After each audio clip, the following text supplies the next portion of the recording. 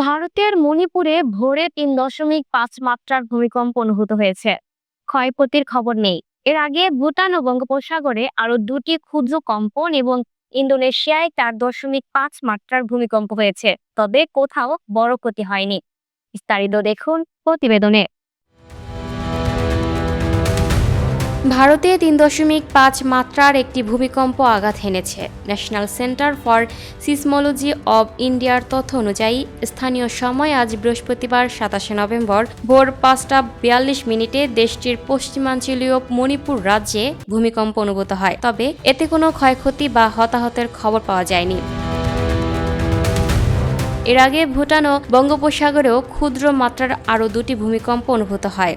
বঙ্গোপসাগরে রাত ২টা ৫৯ ৪.০ মাত্রার একটি ভূমিকম্প আঘাত হানে, যার গভীরতা ছিল ১০ কিলোমিটার।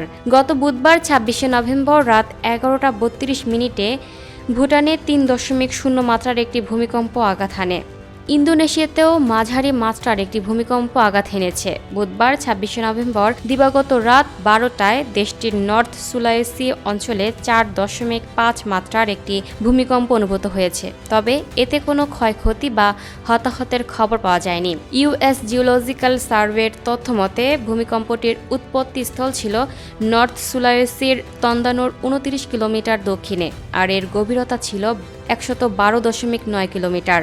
এর আগে রোববার ২৩ নভেম্বর ইন্দোনেশিয়ার পূর্বাঞ্চলীয় উত্তর মালুকু প্রদেশের হালমাহেরা অঞ্চলে ৫.২ মাত্রার ভূমিকম্প আঘাত হানে। এ ভূমিকম্পে কোনো ক্ষয়ক্ষতি বা হতাহতের ঘটনা ঘটেনি।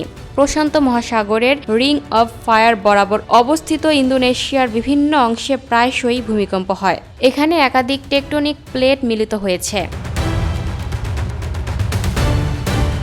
Lucky Akter, up to date news, Dhaka. প্রিয় দর্শক, এই ছিল আপ টু ডেট নিউজের সর্বশেষ আপডেট। পরবর্তী আপডেট খাবার আগে পেতে সাবস্ক্রাইব করুন আপ টু ডেট নিউজের ইউটিউব চ্যানেল এবং ফলো করুন আপ টু ডেট নিউজের ফেসবুক পেজ।